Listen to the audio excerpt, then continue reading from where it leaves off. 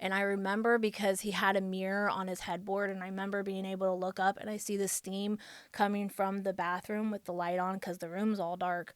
And then I start feeling this sensation of warmness down below, and it was blood.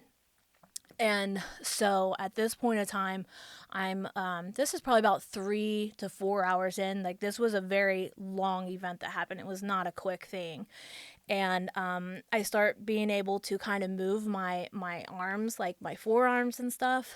And I was able to manage to roll myself off of the bed. And the way the room was set up, there was like a closet entry, and that closet exited out into the main room and stuff. And so I get, and I don't have any clothes on or anything, and this is like in January. So and back then, like in January, it was snowing, and this, I want to say this was like around 2007, possibly something like that. So I and army crawled all the way out of this sliding glass door through the snow outside. And I managed to army crawl, and then my legs started having some more feeling in them. So then I was able to actually like start getting some distance. And I made it to Morse Road. You're butt naked, middle of winter, covered in blood. At this point, I didn't even know how much blood there was that was going on.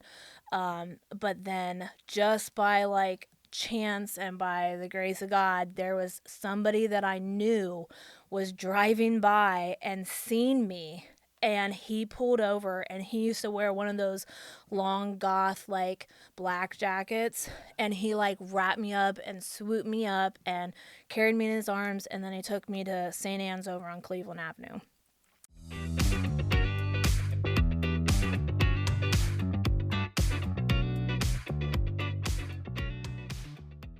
All right, we're back. Lou is not with us today. He's on vacation. Darn it, Lou. Yeah. Yeah, he's like turned his back on Ohio completely. Mm-hmm. It's only been 24 hours since he's been gone. But I am sitting here with Rachel McIntyre. Is that how you say it? Okay. Mm-hmm. We have like kind of a backstory. Not really, but like we know the same circle, but we've never met in all this time. I don't know how that is, because we literally have all the same friends, right? So Rachel, thanks for coming on, and let's just delve into it, man. What makes Rachel Rachel, right? How did you get here? Let's start from childhood. Okay. All right. Let's see. So probably when I grew up in an alcoholic household. My dad was an alcoholic. I don't have a lot of memories of that. I remember him being in the basement a lot and not really spending a lot of time with me and my mom upstairs. The most significant times that I think I remember is after they had got divorced. Did you grow up in Columbus? Yeah, I've grown up in Columbus. My mom and dad had got divorced. I grew up in Clintonville. Man, that's... Yeah. And after they had got divorced, it was just me and my mom, single parent household. My dad had remarried to another woman, and she was an alcoholic also. And so I gained a sister out of it. She had a daughter, which me and my sister are still sisters today. You guys were like friends. You're not like beefing sisters. We're very, very close. And, I remember some of the times, like, how it was back in the day, like nobody was like on phones and tablets and stuff. Like, we were outside in the ravine riding bikes. So like when they would send us out of the house, like it was really because they kind of wanted time by themselves to drink and a party. Yeah. But to me and my sister, it was just like we get to go outside and just do whatever it is that we do. Live our best life. What's your dad, what's in the basement? What's he doing down there? Is there like a... His room? No, it's just his bedroom was down there. His bedroom was down the basement. Yeah. And your mom slept upstairs? Yep. That's like red flaggy, right? Yeah. Yeah. So, she had gave him ultimatums and stuff before, get sober. and you know, we can still be married, whatever. But he just wasn't capable of doing that. And mom's like straight edge, My like mom's straight doesn't do edge. anything. No, I mean, I'm sure she's had her vices like in the past, kind of like before she had me. But ever since I've known my mom, there hasn't been any issues. So she might have been one of those ones that can just like stop doing something. Oh yeah. And you know, knowing kind of like what I know now, I know that my dad just wasn't able to. Yeah. You know, he has the disease and was incapable of stopping. You know. Is dad like an angry drunk or anything like that, or is just like hermit in the basement kind of deal? No, I mean, he was like a functioning alcoholic. He was always had a job, never was late to work. He worked for one place for a while, and then they ended up shutting down. Like he came to work one day, and the doors were just locked, and they all couldn't get in, and that was just kind of it. And my mom worked for the Department of Taxation for the state, and so she told him that he should start applying for the state. So then he started working for ODOT, and he ended up retiring from there about a year ago. Good for him. Yeah, and How old were you when they split up? probably about 2 or 3. Oh, so you're young. I'm young. very young. Yeah, I don't have a lot of recollection from a lot of happy time. I remember stuff like, I remember one time it was my birthday, and I think I got roller skates for my birthday, and I was probably about 3, so it was like those little 4-wheel strap-in skate things, you know. And I was skating in the house, and my dad was like, "Take those skates off," you know. And my mom's like, "It's her freaking birthday," you know what I mean? But it was just kind of stuff like that. You know, like growing up, it was more like the every other weekend dad. You know, I'd see him either on the weekends or every other weekend. But when he did get remarried to Patty, I remember spending a lot more time over there. She definitely had the capacity to have, you know, like me and my sister over for like spring break or Christmas break, and then vice versa. Sometimes my sister would come over to our house. To your mom's house? Yeah, to my mom's house. Damn, that's yeah, crazy. So it was kind of weird. It was like a weird dynamic because usually like moms don't get along. Oh yeah, with especially other people's kids. Yeah, like but they did then, you know, and even in my sister's mom's last years of her life, like my mom was right there, you know, because she died of this disease as well. Damn. Yeah, so I don't know. I think after that, let's see. You say you moved in with your mom? That's who you live with primarily? Yeah, I lived And then with what's my that mom. like? Mom's like normal? Yeah, mom was normal. I do remember a lot of time of my mom like being upset and having kind of some severe depression. I know she was in a really bad relationship that kind of I'm pretty sure that the guy ended up being married and wasn't leaving his wife, and kind of was telling her he was going to leave his wife, and you know, she really cared about him, wanted to be with this guy, but he kind of just kept lying to her. I remember being like around 9 years old when that happened. I remember my mom listening to like a lot of sad music and man, if I could just think of a song right now that she used to listen to, but like it would be a song, and there was this specific song, and for some reason I would like sing it out loud, and I remember her like getting really mad. Oh yeah, and I'm like running up the stairs, and she's chasing after me because like I was just messed up and was like trying to make her sad on purpose, I guess. I don't know. Damn, bud. Yeah, so but I mean, me and my mom had a good relationship growing up. I mean, I remember having like a lot of like issues when I was younger, like jealous, needing constant attention. One thing that I remember very clearly is, so we had this Shih Tzu dog, and when we would get home, the dog would be like jumping for joy at my mom, but like as soon as I'd go to like pet this dog, it'd be like, rah, rah, rah, like at me. And I remember like not liking this dog because of that, you know, like, why don't you love me kind of thing, you know? And so then my mom would pull out like these pepperoni beef sticks to like give the dog, to bribe the treat. dog off. Yeah. And then one time I took the whole bag and I started eating them behind the recliner. Wow, you took the dog's snacks and started eating them? No wonder the dog didn't like you. Yeah. And then I remember man, I think I was pretty messed up because another time, like, Were they good? they kind of were like Slim Jims, Okay. but not. But not at Yeah, all. but I just like I wanted to be a part of whatever this dog had going on, you know. And then I remember, okay, so I used to pee the bed a lot when I was younger. A lot of like night terrors and nothing like specific, but my mom would like kind of not want me to sleep in her bed because I peed the You pee bed. the bed, Yeah. yeah. And so I had like this, but the dog was allowed to sleep with my mom in this bed, you know? And so I remember going into her room and using the bathroom in her bed and tried to blame it on On the the dog.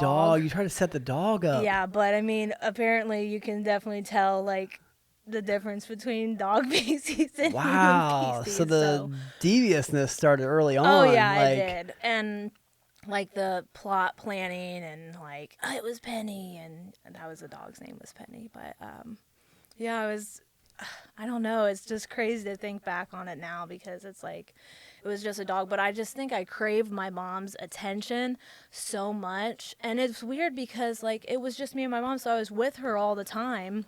But yeah, I just was always looking for attention, and I think that I kind of thrived at like getting in trouble yeah. and misbehaving and stuff like So that. then you were like, you move into like middle school and elementary. Like, what's that like? Any struggles or bad grades or? Well, so I mean, I spent, you know, my kindergarten through fourth year out in Clintonville.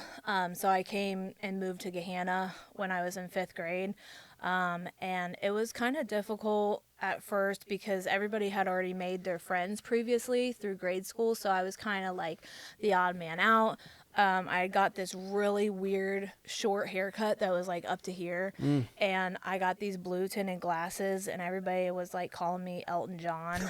And I mean, but it's traumatizing for like an 11 or 12-year-old girl because you want to be liked and you want boys to think you're cute, and but you're like not feeling like that. Yeah, yeah. You know, so I mean, sixth grade was okay. I remember kind of towards the end of sixth grade, beginning of seventh, getting boyfriends, but apparently they were somebody else's boyfriend before that.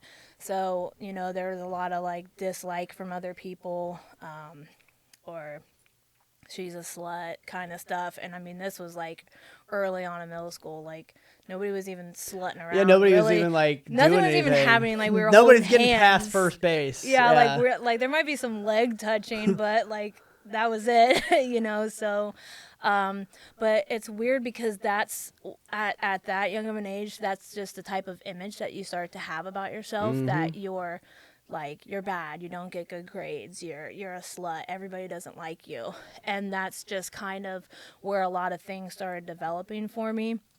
And I got into sports. I played softball. I played the flute. But you know, playing the flute wasn't like it's a not cool. like, yeah, I would say that's not like the cool instrument Yeah, to it's play. not like but I was really good at it, you know, and I wish that I didn't focus on so much what other people thought because I could have probably really went somewhere with it. And I mean, my mom even played for lessons and everything, and you know, my grandma bought me that, and I remember like pawning it later on. Pawning the flute later on. Oh yeah, Man. yeah, I did just about everything. What do you get out of the flute? If like randomly It was asking. like $600 For a flute. for a flute. Jeez. And I didn't pawn it. I think I sold it. Sold it so straight I couldn't out, even yeah. get the flute back. And you know, now like sober, I'm like, oh man, I wish I could pull the flute Fucking out. flute, man. But you know, it is what it is. So, but I think let's see.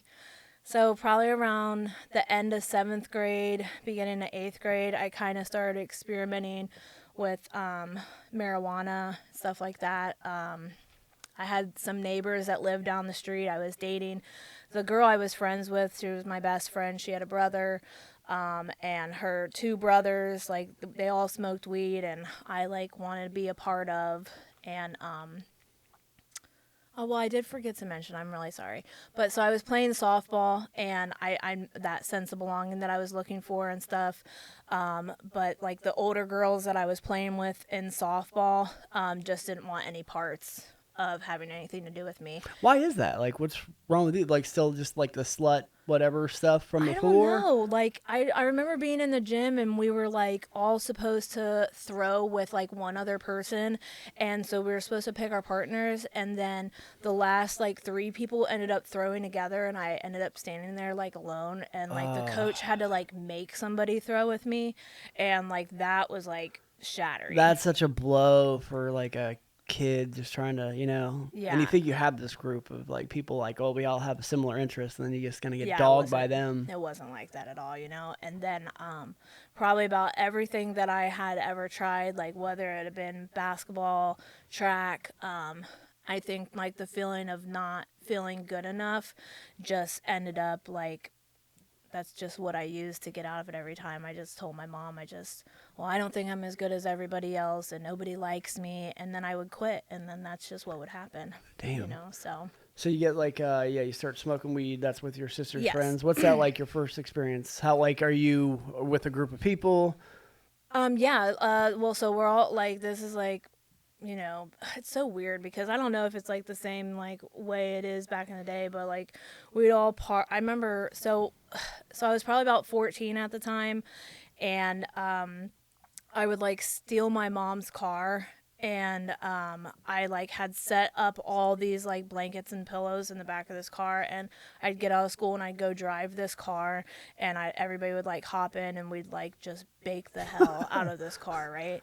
And that kind of like when I found the sense of belonging that I was looking for. Or we'd be like in the basement, and I mean, we'd just be everywhere. It was just like a long time ago where everybody just like would pack in and just like. I remember the clam bakes. Yeah, Did like mom ever get hip to it? Because mom didn't know, like didn't do anything, right? So when like, my mom found out for the first time, she chased me down the street. I believe it, right? Yeah, she like chased me through the neighborhood, and I think she did that another time when she found out I was smoking cigarettes too. But yeah, she like chased me down the street, and all my friends like thought it was just like the funniest. They're all on the back porch, and here my mom is like, chasing me down the street and stuff, and I'm just like. It seems like a terrible idea to like, just smoke out this car Right, yeah. when mom's a non-smoker, Yeah. right? Yes. Yeah. And so after that, like when I got to be, I think about 15 or 16, I remember the same friend that lived two doors down. We were at these older people's house. By the time I was 15, I was hanging out with people that were like in their 20s.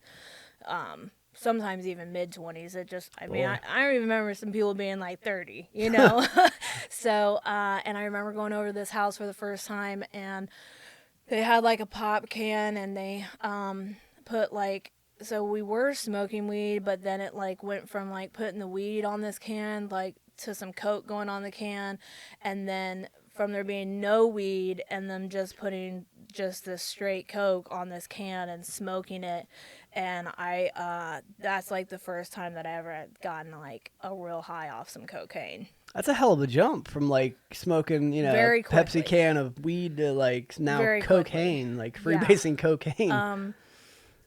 So I started using that on a regular basis. One time in particular, I was hanging out with a couple girls, and me and my mom had just moved kind of out of Gahanna to like the outskirts of Gahanna, and we're upstairs in this loft, and we're like breaking, chopping up the coke on this mirror and stuff, and we're all sniffing it, and then all of a sudden all this blood just starts gushing out of our nose, and we're like, what the fuck is going on?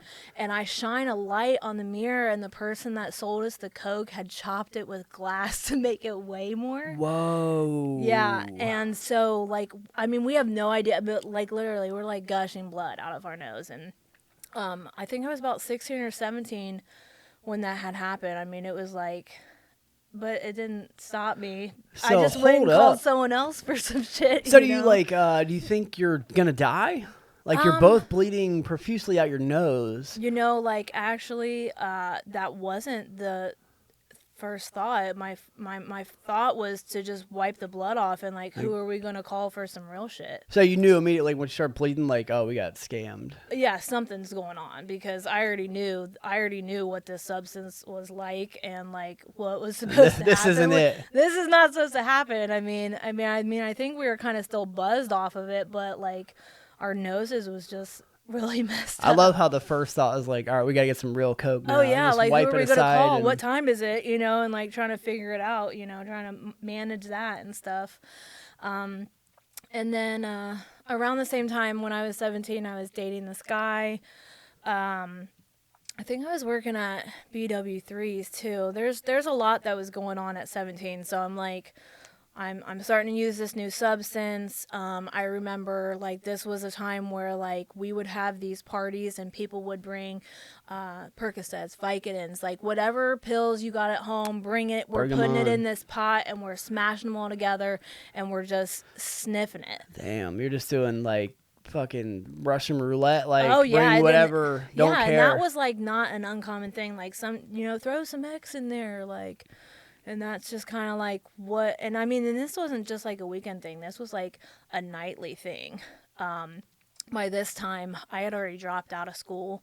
I convinced my mom that like school wasn't for me. How old were you? 17? Yeah. How do you have that talk with mom? What's that look like? How do you lawyer your way into dropping out of school? I think she was just so tired of like my bullshit. Yeah. That she kind of was just kind of threw her hands up like, I can't take anymore, just kind of do what you want. Like I kind of manipulated her into thinking like, oh, I'm gonna, and you know what's funny is I started working at Massey's when I was like 17, right? Okay. And I'm like, oh, I'm gonna work here forever and I'm gonna end up like being like a manager and doing this and doing that, and I'm like trying to sell my mom this dream at 17, and she's like, okay, like Cool as you want to work at Massey's. yeah, whatever. This is your career choice. Yeah, you know, and so let's see. But I was dating this guy. It's about 17. He was probably about 23. And he sold the same, you know, he sold coke, like same shit that I was doing. But the relationship was like really, really toxic, and I remember him having like a stripper come over one time and like was having sex with this stripper in the other room and like told me that I needed to clean his apartment. Wow. And I know that's a really big jump from there to there, but like it was just like, but that's just like the type of mindset, like I told you, even just from like early middle school, like You're not good enough. I'm not good enough, and I just would just like let people do whatever they wanted to do, and I was just okay with it, just as long as I was getting some type of love and affection from somebody, like that was enough for me.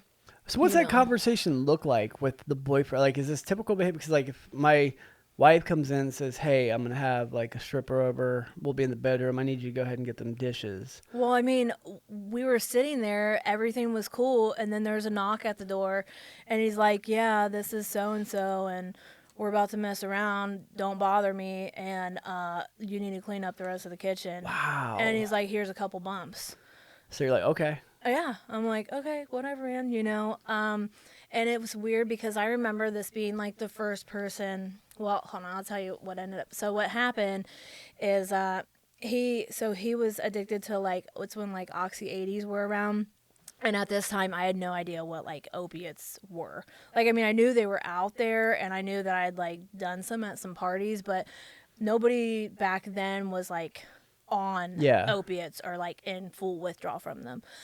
I remember him calling me one day and was like, I was working at Massey's. He's like, Rachel, I'm like really, really sick. I need you to get off work and I need you to come over here and bring me some money. And I'm like, okay, so here I am, like kind of taking my time because I don't know like what this sickness is that he's talking about. And I go to Tim Hortons and I buy him like chicken noodle soup, and and I go over there and I'm like, I got you soup and Sprite, and he took that fucking soup and threw it against the wall, and he's like, I'm dope sick. Like, that's what's going on. Like, I don't want soup. I just need your money. Wow. And I'm like, oh, okay, all right. And, you know, how much is it? And, like, you know, and I'm trying to figure out how to help him and stuff. And he eventually had went to Florida. He got clean. When he came back, it was the week of Christmas, and he had relapsed. I was pretty sure he had relapsed, but I wasn't like, you know, I didn't really know that much about it. I mean, he'd like be like, "Oh, I'm gonna go pull up at somebody's house. I'm gonna run in real quick," and I'm like, "Okay," and Yeah, just, yeah. I mean, as long as I was sniffing coke, it really didn't like make a difference to me. Like I was just ready to go all the time, So, but then later on that night, we had went to sleep, and I woke up around like 9:30 the next morning, and I went in the bathroom, and I had like a cobweb of like white stuff all over in my hair. And I go back in the room, and then I see the same cobweb, the hype stuff all over his mouth, and that's when I realized that he had overdosed. Boy, oh boy. Yeah. And I was 17. And so I try to start doing some type of CPR, but I'm not like, You don't know what you're doing at I don't know what's 17. going Yeah. on. I called 911. I'm telling them what's going on, and I called his mom. And then by the time they had got there, they had told me that he had passed long hours and hours ago. Wow. In the morning, like his heart just had completely stopped while he was asleep. So what was the cobwebs? That vomit? Yeah, he had like regurgitated like the amniotic fluid and stuff, and he also had used the bathroom on himself and everything. Golly. So it was like quite a scare at 17. At 17, yeah. And I received like a lot of like backlash from that after that. Like I remember, this is like when people still weren't even really using cell phones, but they had like house phones and stuff, and people would call and be like, "You're a murderer, you're gonna die." They came and spray painted on my mom's brick house and wrote murderer, bitch, like Wow. wrote all this stuff. And this is like terrorizing stuff at such a young age. You know what I Yeah. mean? So I believe I was working at BW3s at the time. This was a couple weeks after this had happened. And this could be just me manifesting it in my mind, but there's these girls that I was hanging out with that were friends with the guy's sister, and they call me and they're like, "Oh, just come out of the house and like just get out, like you," because I was like really upset Yeah. over this. This was the one person I remember in my life losing where like that sickness in the pit of your stomach just doesn't go away, and like, what could I have done? Like, was it my fault kind of stuff, So I stayed in the house a lot, wasn't using or anything like that. They asked me to come out to some party, and I get there and I get roofied. Wow. And it's a little bit of like a blur still, but I remember this guy playing this guitar, and I'm like starting to like lean over and slouch in this chair, and one of the girls was like, "Come on, we need to go." And I remember one of them saying, "Are you sure we should leave her here? Are you sure we should?" And she's like, "Oh yeah, she'll be fine, she'll be fine." And the guy's house that it belonged to, I remember him swooping me up, putting me over his shoulders, carrying me into the room. It was very dark. I was laying on my stomach. He turned up like some really loud heavy metal screaming music, and I just remember not being able to move my fingers, any part of my body. The only thing that I was able to do was have my eyes open. That's it. Couldn't scream, couldn't talk, couldn't do anything. And he sexually assaulted me, and in numerous places. And you're fully alert. Oh, like, I know. You just can't move. I can't do anything about it. Like, it's just Wow. happening. So like after, and there was like some sodomation there. Like he used an object Jesus. and everything. And once again, I'm like 17 years old. I remember him getting up, and he finally went in the bathroom. And I remember because he had a mirror on his headboard, and I remember being able to look up, and I see the steam coming from the bathroom with the light on because the room's all dark. And then I start feeling this sensation of warmness down below, and it was blood. And so at this point in time, I'm this is probably about 3 to 4 hours in. Like, this was a very long event that happened. It was not a quick thing. And I start being able to kind of move my arms, like my forearms and stuff. And I was able to manage to roll myself off of the bed. And the way the room was set up, there was like a closet entry, and that closet exited out into the main room and stuff. And so I get, and I don't have any clothes on or anything, and this is like in January. So and back then, like in January, it was snowing. Yeah. And this, I want to say this was like around 2007, possibly something like that. So I army crawled all the way out of this sliding glass door through the snow Outside. And I managed to army crawl, and then my legs started having some more feeling in them, so then I was able to actually like start getting some distance, and I made it to Morse Road. And you're butt naked. Middle of winter. Covered in blood. At this point, I didn't even know how much blood there was that was going on.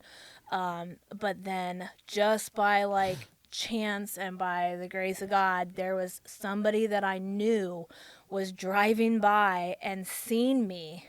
And he pulled over, and he used to wear one of those long goth like black jackets. Yeah. And he like wrapped me up and swooped me up and carried me in his arms, and then he took me to St. Anne's over on Cleveland Avenue. And so we had called the police came, and so the guy ended up obviously going to prison, and the housemates that lived there, I'm not really sure what kind of jail time they did or anything. But I remember, oh my gosh, it's crazy.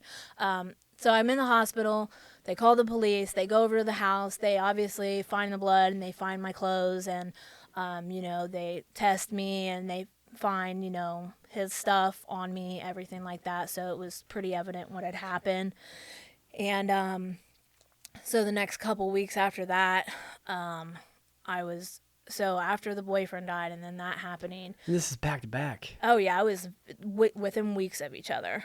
And so I was not really okay. Yeah. In that moment. I still don't remember. I'm sure that I did use, but I was just so sheltered in my room in like a fetal position to even focus on doing anything So else. this is after the fact. Like, it's just you in a ball in your room. Yeah. Trying to figure out what the hell just happened. Right.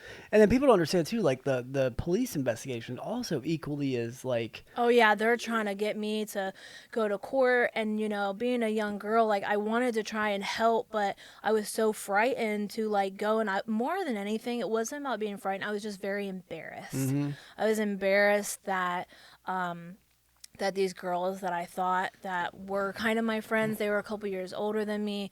Like, I just wanted to be liked by them, and I thought that they genuinely, like, wanted me around, and I really just don't think that that was the case. I do think it was set you up for sure. Yeah, they set me up.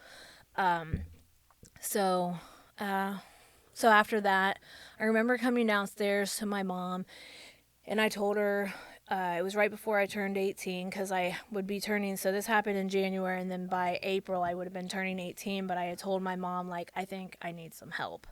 Like, I'm not doing okay. So that's actually the first time that I went to treatment out in Athens. I think it was called the Bassett House, and I stayed there for like 90 days, and I remember like the detectives coming out there and like kind of wanting me to come to court, and then me not going to court. And I'm sure if I would have went and they would have had my testimony, he would have got a longer sentence.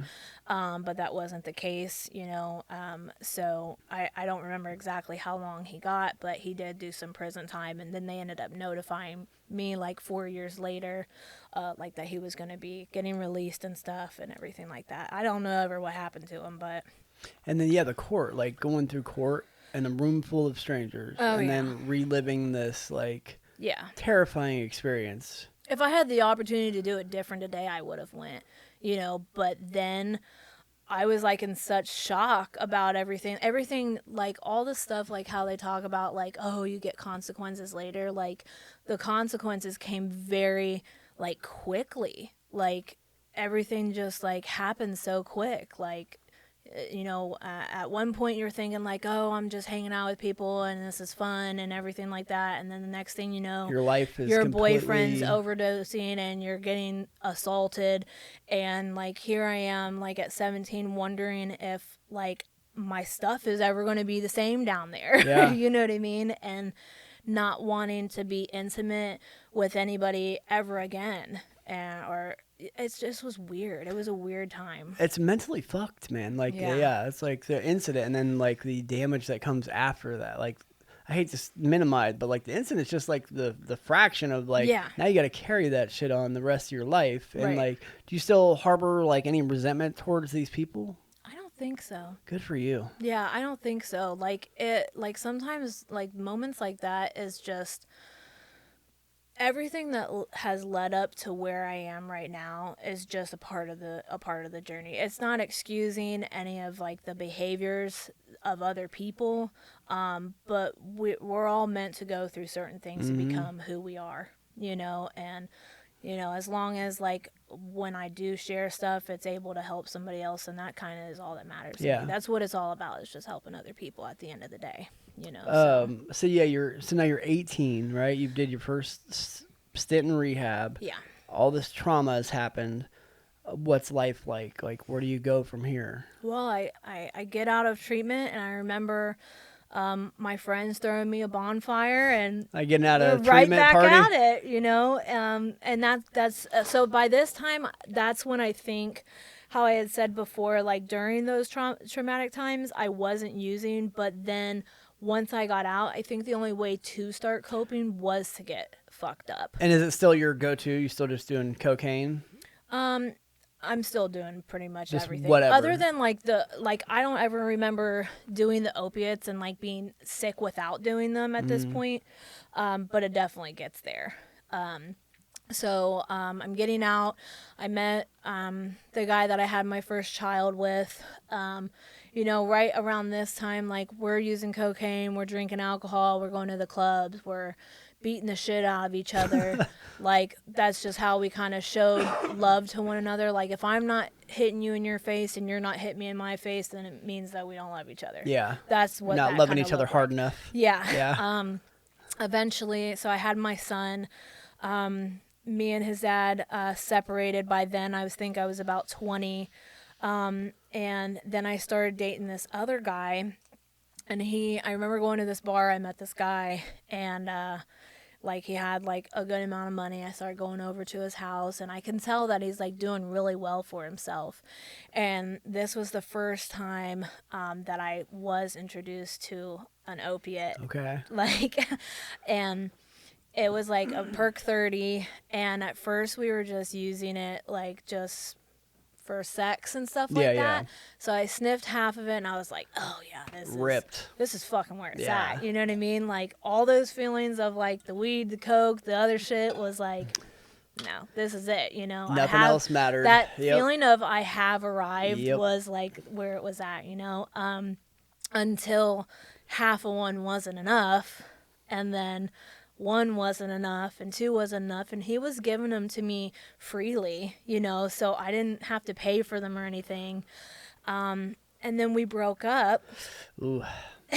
And then I remember being at my mom's house, and I woke up the first morning, and I was like, what the fuck is this? Like, I was so sick, and I'm like sweating and using the bathroom and having like extreme anxiety.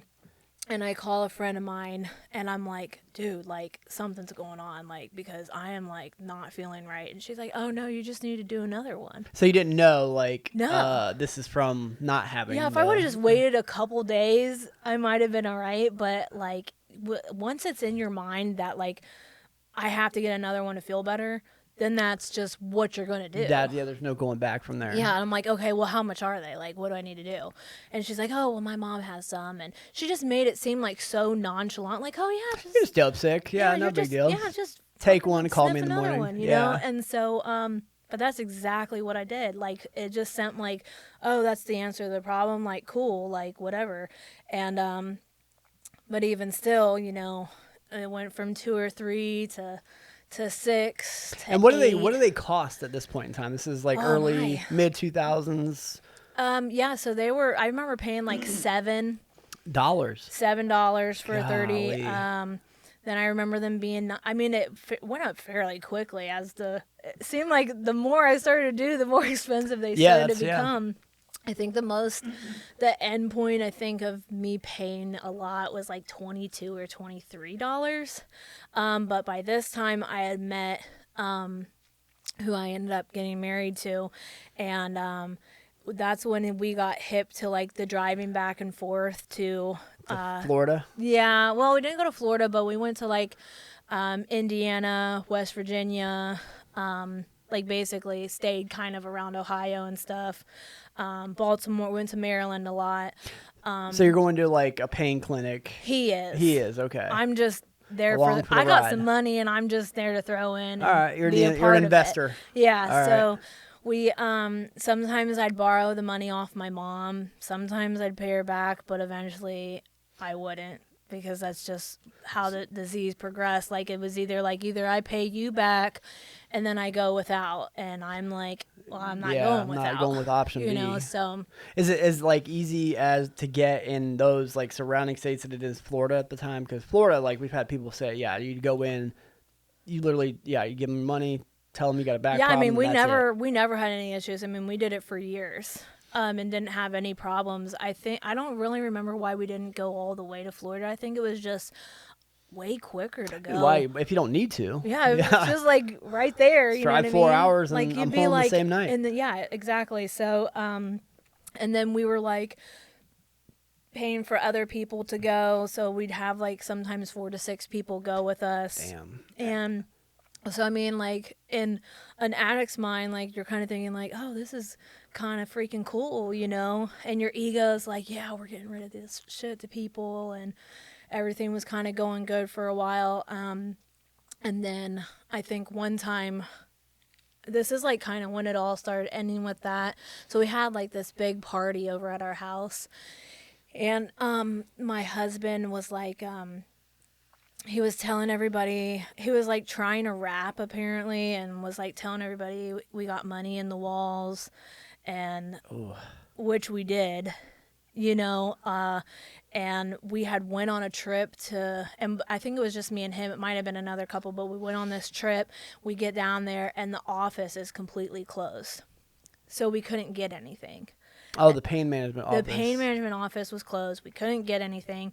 We drive back. We get to our house, and there is all of our walls are smashed. Wow. Everything that we had saved, which might not seem like a lot to some people, but it was like $143,000. I mean, that's a hell of a chunk of change, right? Yeah, and it was gone. And then that's kind of like when things kind of went to shit, you know. We didn't have any more scripts, and then the people that like we would sell to, we'd try to go through some of their other connections and stuff, and then they were trying to charge us too much, and like we're like on at least 11 to 13 pill day habit. 30s a Yes. day. Wow, yeah. And so sometimes I always think like the more you do, the sicker you are. Oh, yeah. You know, so I mean, I just remember being like drenched in sweat. We were laying there for 2 or 3 days one time, and I'm like, what are we gonna do? What are we gonna do? He started stealing from his parents. I remember taking stuff from my mom's, pawning it. It just got really bad. And, you know, in the midst of this, he had children. I had my son. My son was over at my mom's house. And then, I mean, eventually, like, we ended up kind of being able to just, like, function and, like, take care of our habit, but we weren't able to do, like... you're not going extravagantly. We weren't able to do that anymore, but we were, like, kind of making it. And then I got pregnant, and I'm, like, on these pills and trying to figure out, like, how am I going to get off these pills being pregnant again. So I attempt going to the methadone clinic, and I'd be good for a while, but as most things happen, that obsession kicks back in. Mm-hmm. And so I used while I was pregnant with my second son. And I don't remember if it was every day, but if it wasn't every day, it's just because I probably Couldn't afford it. Yeah, I couldn't afford it. And then my husband would make sure that he had some and that I wouldn't get any, or he'd be giving it to me. So that's when I started realizing that I wasn't in control of my own shit anymore, and that's when I started having a problem with that. Mm-hmm. I couldn't have somebody else being in control of my destiny of being well every day. Yeah. So I had my son, and I remember trying to go dose at the clinic, and I get there and I'm 7 minutes late or something like that, and they tell me that I basically got to start my dose all the way over. And I'm like, dude, I'm on 170 milligrams of methadone. I can't just go to 10 milligrams. Yeah. That's craziness. And at the time, it's your guys' fault, but come on, Rachel. Yeah. It's my fault too, so, but at the time I wasn't able to see shit like that. It's them and they did this and stuff. And I remember that day, my mom used to give me her bank card and stuff out of pity, Yeah. and so I got some money out and I attempted to do 630s, and it wasn't touching anything with that methadone. Methadone's a fucked up drug. Yeah. Yeah. But I'm still sick, and I'm oh my God, what am I going to do? So here I am. I'm always phoning a friend and getting the worst advice Yeah. ever, so here I go, phone a friend, and he's oh, you just need to sniff some fucking dope, man. Some heroin, yeah. Heroin will really cure all your ails. Yeah, you'll be all right. You got $70. I'm yeah, I got 70. We could come on over. I'm oh, this is it. Cool, and I'm going to be well. And that moment of saying, I had arrived with the 30s, I did that heroin, man, and I had definitely arrived. In your brain, when your friend says try do some heroin, that'll you're not oh whoa bud, heroin. No, never that. Not at all. And he suggested that I sniffed it, and I said, what's gonna get me well quicker?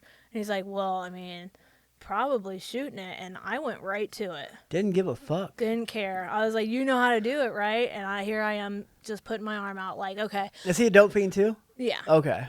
Yeah. So it's come up game for him too, right? Right. Yeah. But it's crazy how I said that I didn't want anybody to be in control of my own stuff anymore. But I sure came up with a problem when I couldn't shoot myself up. Yeah. And I had to rely on him or his brother or whoever, Tom, Dick, or Harry to shoot me up at the time, and then I'm having to pay them dope to shoot me up. Oh God. Nobody was shooting me up for free. That sounds like a nightmare. It was a nightmare.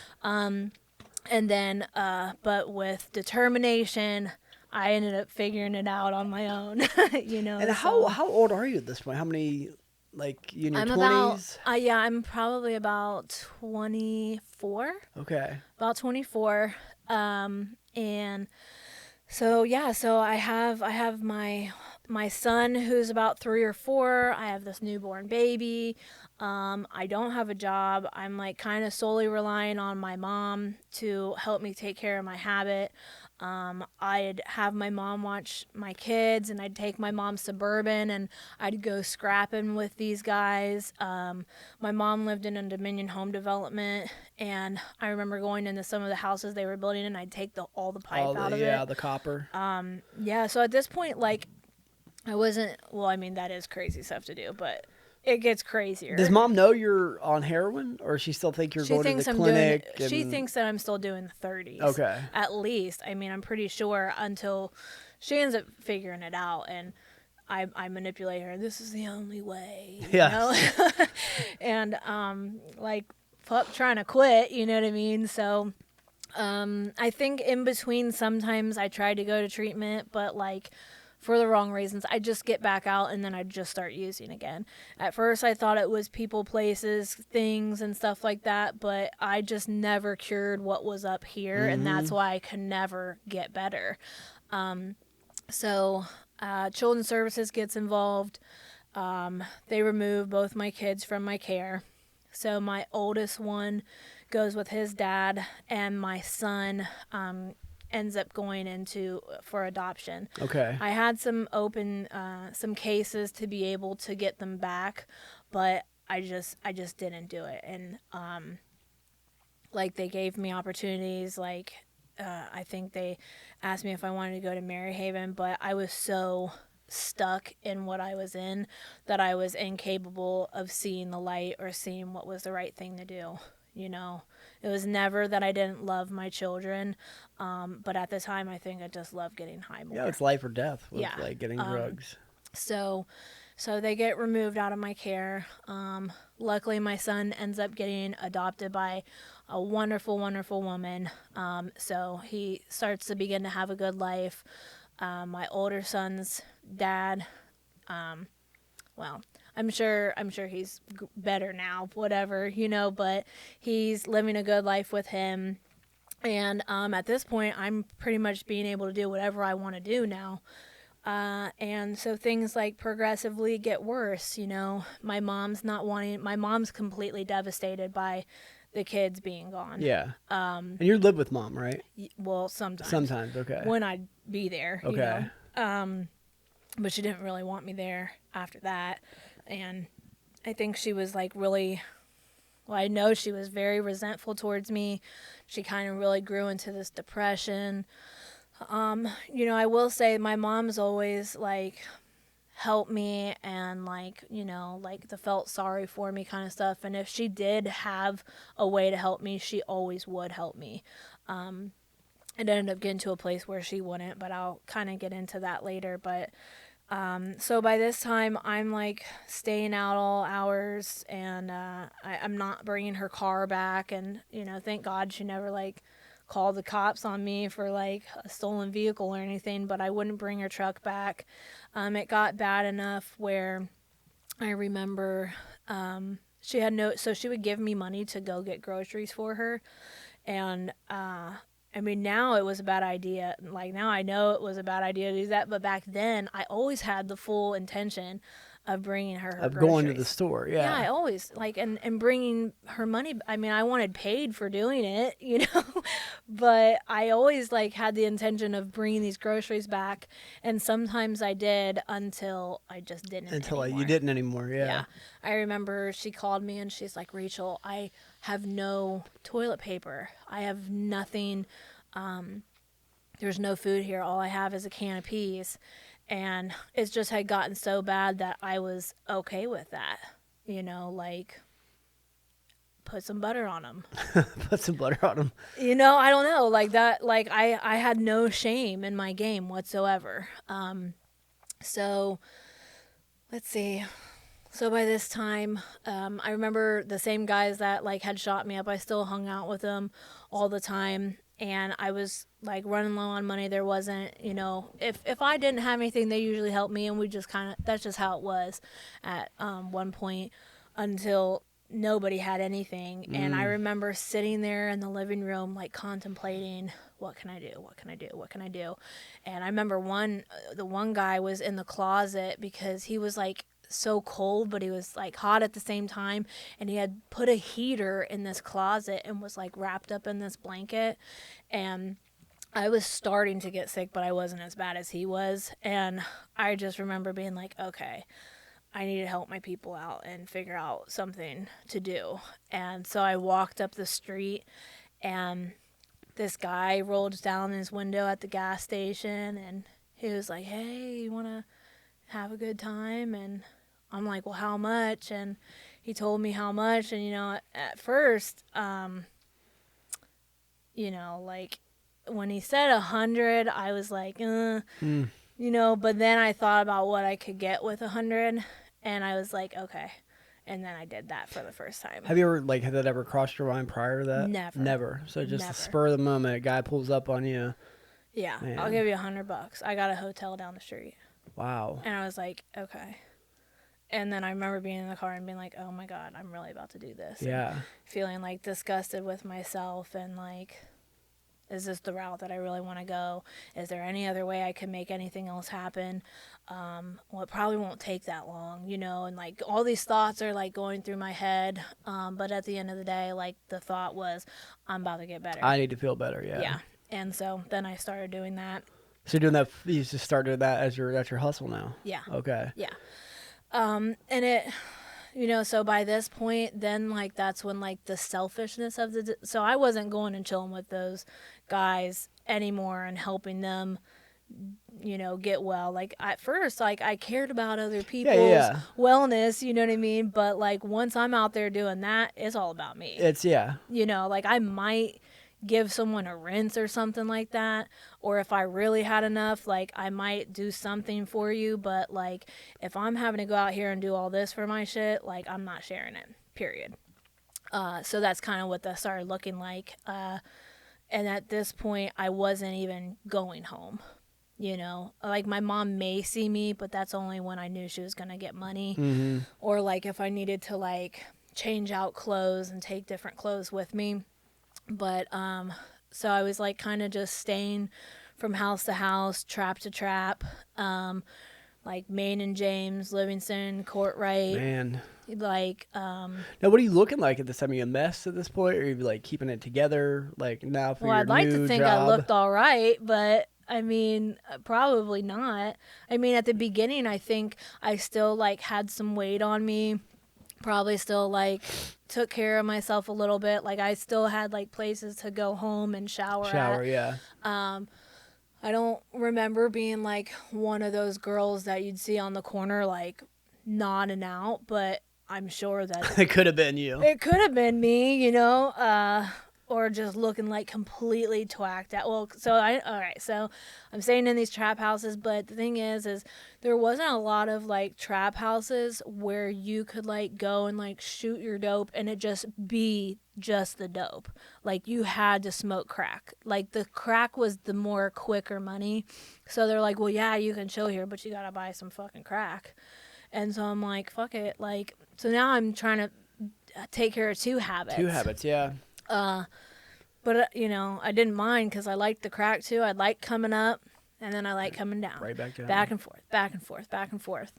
And, you know, like it was fast money. Like, oh, I'm out of shit. Let me go back out here real quick and I can get some more money. Like it wouldn't take that long. Like back then there wasn't like Vice and all that shit, like, and undercovers traveling around. Like if you were guaranteed, if you went out there and just like walked up down one street, like it was just like that. And like what's the technique there? Like how, like I'd be terrified to pull up on somebody because like I'm afraid like they're not really, you know, working. Like what's the, like, is there a trick to gathering attention? I don't know. I'm sure they knew by the way that I looked, or I mean, sometimes you just like wave or be like, "What's up?" I mean, I just was so casual about it. I never was like, "Hey," Right. you know. I didn't have to do all that. Like, it'd be like, "What's going on?" Like, you trying to do some business, and like, they'd be trying to do some business, you know. And then so after that for a while, I ended up getting really sick staying out there though, because I'd be out there like in all types of different seasons, and I got pneumonia, and the pneumonia had went into my kidneys, and I remember calling my mom and she picked me up and I go back to her house and she calls my uncle over there because like I'm incapable of moving, and by this time my mom knew that I shot up. Like I had to have my mom help me shoot up. That was like she had to tie off my arm and everything because I don't know I'm going into kidney failure, but I am. Yeah. So I'm like literally like, you have to tie my heart, like this is the only thing that's going to make me better. And I was a really good manipulator and making you feel really, really sorry for me. Wow. So my uncle comes over and he opens up the curtains and he's like, get out, you know. And I'm like, I can't move. Something's wrong with me. And they call 911 and they get me to the hospital and they're like, oh, she's going into kidney failure. Like she's dying. And they life flighted me. And so I have like this really bad infection, and they give me an antibiotic, and I end up like losing like the first 2 or 3 layers of my skin because I'm allergic to this antibiotic. I lose all my hair. And I'm like in the hospital for probably close to 7 months on and off. Wow. Are you ever detoxing in the hospital? I mean, no, they kept me on pain medication. Like, because like They I've had done that, to. but like it's never enough pain meds. Are you just like a miserable wretch the whole time you're Well, there yeah, my husband was like coming up periodically and and like sliding a little something into the sliding me IV? stuff, and or sometimes it was like, okay, so you know how like in a hospital they have like those things on the wall for like the extra medications that they don't use. I was so thin I could take my arm, and I mean there'd be like needles from Oh yeah, other the red people. box thing, right? Yeah. Yeah. Oh yeah, I'm sticking my hand down there, and sometimes I'd get pricked and I'd be like, fuck, you know, and Yep. but I'd be down there reaching for all those little extra vials, and I was able to get by for a Wow. while. So after that, I thought that I kind of wanted to get better because I was like, but I think it was only because of like vanity issues. I was like, oh my God, I'm like, fucking bald and yeah, yeah. like I looked like a burn unit person, you know. It was insane. And like so I get out and I start doing better. It took a really long time for my skin to get back to normal. And like when you say your skin's falling off, what's part of your skin? Like where at? I mean, my nail, I could peel the nails Like the off. whole nail off your I could finger? peel, like, yeah, so my skin cells were having the inability to regrow. So like our skin's constantly growing and repairing itself. Well, it lost its ability to do that. So like I mean literally I could take my hand and peel my skin off of Wow. my body. I don't even think I had eyelashes anymore at one point. Like my mouth was so crusted that I couldn't move it. I mean, it was insane. Do you realize the severity of the situation at the time? Like, do you realize how bad this is? They would be telling me that, but I'm really just longing to get out of there. Yeah. To go back to what I used to do. And they're trying to tell me that there's possibly not even a possibility for me to do that. Wow. Or if I was to do that, I'm going to die. You will die. You will die. And I think they found endocarditis, so they tell me I have like this hole in my heart. I mean, there is a multitude of different things.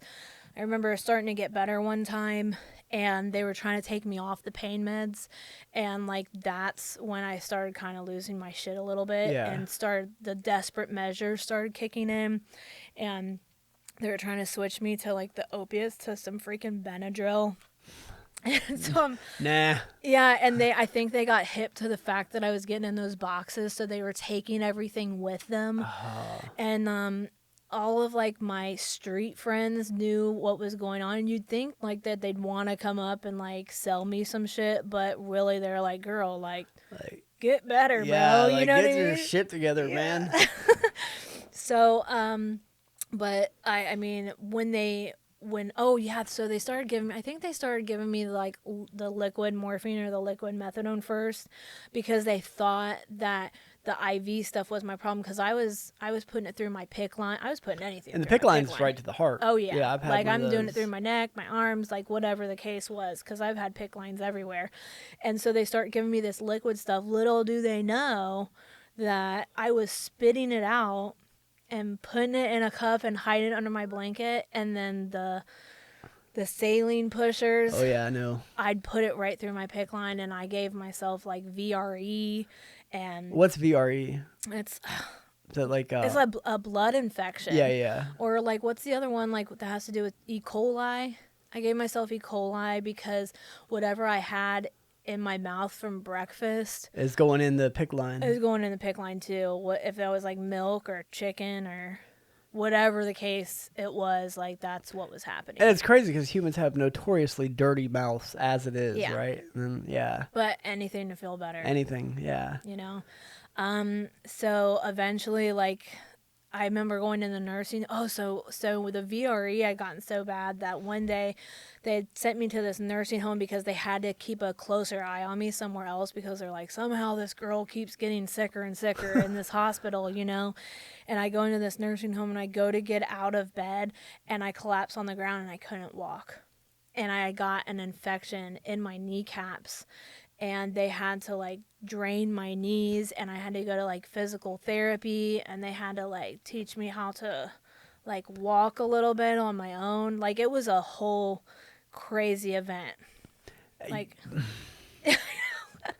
and I mean I it's so weird because like I just like I like prolonged the stay. Like if I would have just like been like, okay, just make me feel better, like then I could have hurried up and got back out to whatever it was that I was trying to do. But like I just kept prolonging it and prolonging it. And I really think that, you know, God's like, girl, just like I'm trying stay here. in bed, you know? And so after all that had happened, my mom's like, you really gotta go to treatment, Rachel. You really gotta go to treatment. And I'm like, begrudgingly like, okay, I'll go to treatment. And you know, I did okay at first when I went, you know, like I'm always like really good in treatment. You know, like people want to copy off my worksheets. You can sound good, talk the talk. I'm like role model status, you know, and I went to like church things and meeting things in there and everything like that. But man, as soon as I'd be able to get out of there, I was right back to it every single time. Like treatment wasn't always working for me, you know. Like I'd always like gain a little bit out of each time, but then as soon as I get out and I go back out there, it get like 10 times worse. Oh yeah. So so after all that had happened, I get out and now I'm like getting hip to that I don't have to walk the streets anymore, that I can start posting myself online. Oh, like what, Backpage? Yeah, okay. Backpage, Erotic Monkey, like you name it, I was on there, you know. And I'm like, oh, this is super sweet. Yeah. You know, like I can afford to pay for a hotel room and not have to be out there in the weather conditions and stuff like that. And so I was like doing pretty well for that for a while. What's pretty well? Like enough to get by, I wasn't get the hotel? sick Okay. ever, you know. Like if I was ever sick, it was just because the dope boy was taking a really long time That's to get always to me. the worst. And you ever have any like weird encounters with guys? Because like this is a weird yeah. field of work to get into, right? Like, Yeah, I mean, you know, I guess I shouldn't say it was like pretty well because, but see, when you're living this type of lifestyle, you like get so accustomed to like bad things happening that it's just part of the job. It's just part of the job, you know. So there was definitely some like encounters. There were close encounters. Sometimes I was lucky enough, like whatever dope boy I was going through at the time, there would always be like that one, like kind of, you know, like people have the door guys and stuff. They'd have like the door guys over there and they'd be paying them something extra because they want to make sure that my night's successful, because at the end of the day, I'm going to be coming and buying some shit. Now, they weren't ever like pimping me out and making me like give them my money or anything like that, but they definitely expected me to spend your money. They'd be outside waiting. Okay. Like, so there was a lot of pressure to make sure that things like worked out. So, so after that happened, for a while, like I knew I wanted something different, but I wasn't really sure what it was. But my friend's dad, ended up calling me and was like, hey, like, come over to my house. You don't have to do anything with me. I'll give you some money just to come over here and sit and get high with me. And I'm like, okay. It's too good to be true. Right. Like, I'm on my way, you know? And then I lived there for the next 5 years. Wow. Okay. So it's like a sugar daddy type situation, or what have we got going on here? I never had to do anything with him. I just like stayed in his house. And the first 2 or 3 years, it was primarily just me and him. And, like we just sat around and got high. Like I didn't have to. And is he banging dope too then? He's not banging dope. He's just smoking crack. Okay. Yeah. And so at this point in time, I don't have to do dates anymore. Like he sat me down. He's like, Rachel, he's like, I just need somebody to be here and help take care of me, make sure the house stays clean. Like I'm never going to make you do anything you don't ever want to do. He's like, I'm just lonely and I just need somebody. And I'm like, okay, like I can do that, you know? And so for like 3 years, I didn't have to like sell myself, post online.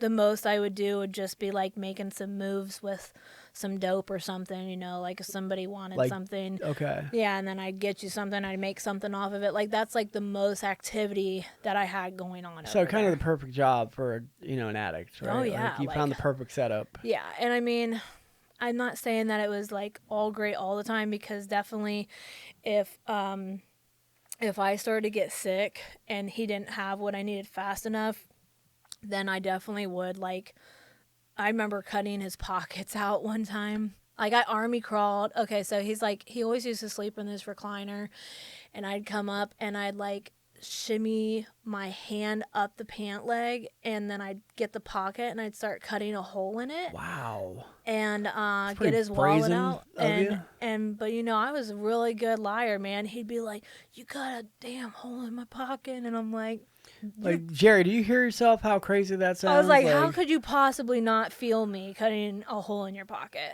man. Like, and he'd believe me, you know. And you know, throughout all this time, I had like warrants and stuff, and I was probably supposed to be reporting, but I never did. So, you know, if anybody, I mean, it was like the best place to be at to like not get caught by the Yeah, cops. you don't have to go out much. Right, Yeah. right. So after that, I remember a girlfriend of mine coming over there, and man, like some people, like as soon as they see that you have like something really sweet going They on, want it. they want it, you know. So she comes over there and she's like, "Is it cool if so and so comes over and they just like sell out of here just for a little bit?" And you know, I'm like, I mean, like, yeah, it's cool, but you gotta like give me a certain amount for it to be all right. And you're not allowed to talk to the guy Yeah. that I live there with. Like nobody's allowed to talk to him other than me, you know, because I don't want anybody stepping on my toes, pretty much. Yeah. And so she starts having people come over there, and then one of the guys she had come over, I started to like kind of have feelings for him, and so then she was out of the picture. Now I just have this guy coming over, and he's using meth at the time. And like if there is a functioning meth addict, he was one of them. All You right. know, like he like had a job and like had things going for him, I mean, as much as possible. But then once he saw like me, the amount of like heroin and stuff and crack that I was able to smoke, like he wanted some of that too, you know. And then all of a sudden, like the schizophrenia kind of started to come out and the paranoid delusions, and like, you know, it would be like from thinking that people are inside the walls to people are on top of the house and people are hiding in the basement, and it just got like really insane, and it was like that for the next 2 This years. is for you. Not for me, For for from him. him. I'm just watching. Okay, the madness ensuing I'm in front watching of it you. happen and him like accusing me of doing stuff that wasn't happening. And sometimes someone can like convince you so much that something's going on that you actually start believing it also. And it was a very, very difficult 2 years. A lot of like emotional and physical abuse stuff going on, and being accused of things that weren't happening, and like that just is really, really difficult, you know, when like, you know, solely in your heart you're not doing something but somebody thinks that you are, and like you love them and you don't want them to go, but then you're like you do want them to go because like they're fucking with your Yeah. sanity and stuff. And so he goes to the mental hospital and they actually diagnose him with this schizophrenia, and he's supposed to be taking medications, but he's like refusing to take them. And later on, going into the third year of us being together, we were together one night, everything was fine. He said he was going upstairs. I'm like, okay, cool. And he goes upstairs and he's gone for like a good 45 minutes. I'm like, okay, well, where's he at, you know? And So I go upstairs, and we had this dog at the time, and I have my dog sniffing around looking for him, and my dog just stops and sits in front of this bedroom door, and I open the bedroom door. I don't see anything, so I'm looking around the house again, but then the next time I come around, I have to turn my phone light on because the dog just won't move from in front of this door, and he's hanging in the closet. Jesus, he killed himself in the Yeah, he killed closet. himself. Yeah. And so once again, I'm kind of going through this thing again where like people are telling me it's my fault. I should have did this. Why wouldn't I get clean? He had tried a couple different times to go get help and get better, but then he always kept coming back. Like I was the place that everybody would come back and like mess up at. You know what I'm saying? And so there was like a lot of like blame towards me and like what could I have done, and I mean it was a very very crazy time. And after that, like the being there in like peace and solitude when it was just me, him, and the older gentleman, and here's this older gentleman. I'm just like this stuff is just happening And in this his guy is house. killing himself in the closet. Yeah. I mean, and but that older guy, he loved me and he knew that I was struggling, and so I mean, he let me stay there. So that boyfriend passed away, and after that is like when things started becoming really reckless. So like the ideas of having the dope boys come and stay in the house and like sell the drugs and letting other girls do dates inside this man's house and just turning out this house completely, only for my benefit. So I have these dope guys living there, and I mean it was cool for a while because most of the time they would like leave and go home until like they wouldn't leave, and they like kind of moved themselves in there.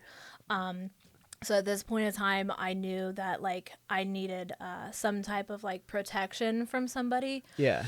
So there was this guy, and I had already knew him previously, like in my relationship with the other guy. Like he would come around, and people like would come through and drift in there and like stay for a little bit and then leave and stuff. And so I ended up moving this guy in, and he was like a blood gang member. And so like a lot of people were like really scared of him, but he also used substances and stuff too. And at first it was like going good until once again I was like stuck in this situation where I'm starting to have to provide substances for like multiple people inside the Oh house. God.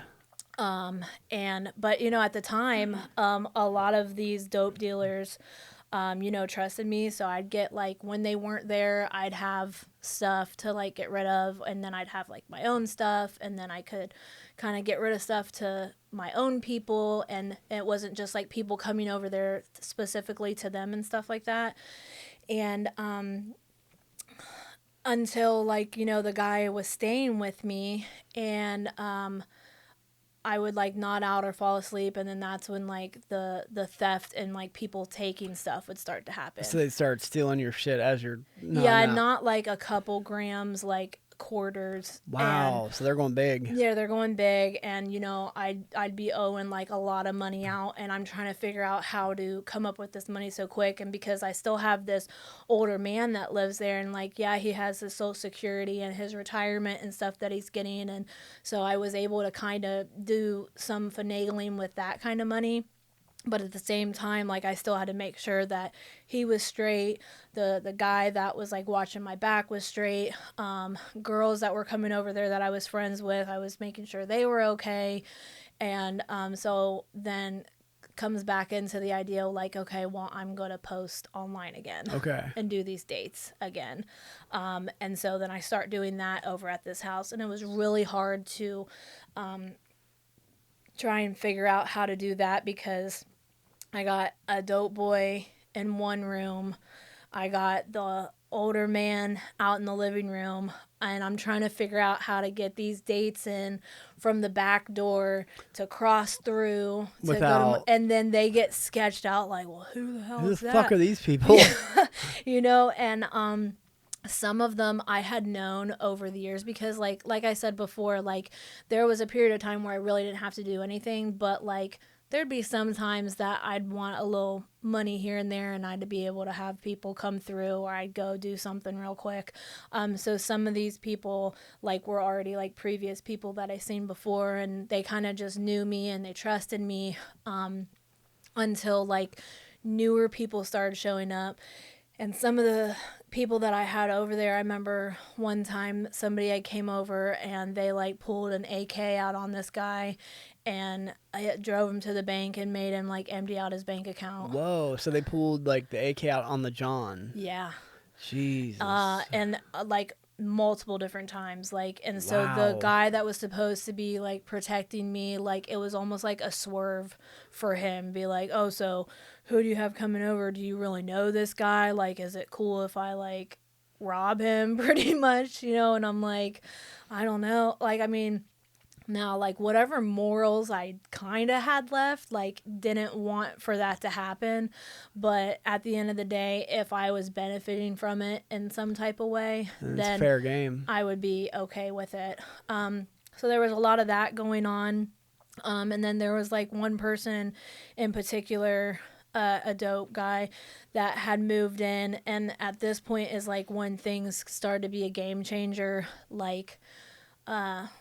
Like one of the ones that like you basically I couldn't like go through anybody else, get fronts off of anybody else. I couldn't sell for anybody else. Like he would had to be like the primary person that I went through. And a lot of the time his shit was such garbage. And so I wasn't able to like make what I needed to make in order to support my habit. So I'd try and like sneak and go through other people and like try to sneak and sell stuff because I'm just trying to stay afloat at this time. You're just trying to survive. Yeah, for I'm yourself. just trying to survive, you know, and he wasn't really trying to hear any of that. And one time in particular, he had gave me like 22 grams of like some carfentanil. And now I knew how to cut up like some regular fetty, but I wasn't familiar with like how to cut up this carfentanil to make it so people could like use it and safely not die and not immediately. die. Yeah. I mean, I had an idea and I tried to do like half and half, and then I tried to do like a little more than half of the cut on top of it to What do try you and make cut it with? It was just like some stuff that he had ordered online. Okay. So I don't really know specifically. He just provided it and then I just did it. But when I tried it afterwards, I like went into like some weird withdrawal. And so it wasn't like something was wrong with this stuff. Okay. And so then a friend of mine, who was like a passer through of staying at my house, he was like, he told the guy like, oh, I can cut this stuff down and it's going to be right. And I go over to because we weren't doing it at my house, we were doing it at this other place, because that's where a lot of that kind of stuff was going on. And I go over there and he's like breaking this stuff down, and I walk in and I realize that he's like, he basically like 90-10'd it, you know what I mean? And it was ruined. All of this stuff was ruined. Oh, so it was just there was no 90% garbage, 10%. Oh yeah, like there was no coming back from it. Oh. And so I call the dude and I'm like, hey, like, bro, fuck this shit up. Like, and I don't know if I can get rid of any of it. Like, I don't know what to do. And the dope dealer's like, solution was for me to basically come up with all the money that it costs for this 22 grams of carfentanil. What is that? What's 22 grams going for? Like a lot of money. Yeah. Like, I mean, he never even gave me like a definite amount of money. He just was like, you got to pay me back basically until I feel like it's enough. Oh, man. Which there was no number, like basically like you owe me your life kind of situation. Yeah. And so there was no more me being able to sell anything to anybody else. Like I was just like stuck in this really messed up situation. But the night in particular that happened, he came to my house and I was going outside to go buy something off somebody else, and I did. And then the next thing I know, here he comes around this bush, and he has 2 guns in his hands, and he's pointing them right in my face, and told me to get the fuck inside the house. And I go inside the house, and then he takes one of the guns and he pistol whips me in my face, and that's when the altercation, like, you're gonna pay back every fucking dollar. And I'm like, I didn't do it. It's not my fault. Like, I don't know what happened to it. Like, I'm not a fucking chemist, dude. You know what I'm saying? Like, I'm just a fucking dope head that likes to get high. You know what I mean? And like, that wasn't good enough for him. You know, I remember running out of the house and going and sitting in these woods behind my house and sitting behind this tree and being like, fuck, what do I do? What do I do? What do I do? You know, like, thoughts of like, do I kill this person?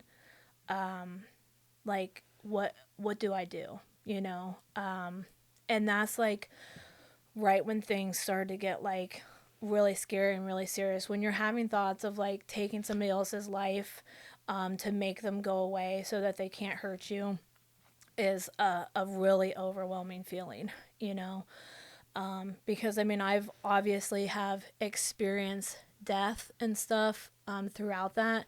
But like, when this guy wouldn't leave this house and was basically telling me that everything that I had built there, like whatever like little trap thing I created and stuff, and he was about to try and take all that away from me. And I just wasn't having that at all. So it kind of like went on like that for a while. And then I remember being in the basement one day, and, you know, I'm paying him back slowly and stuff, and still having to pull dates to like make some type of money, and was able to kind of go through some people every once in a while and do my own dealings and stuff. But we're all sitting in the basement, and that guy that had fucked the dope up was over there.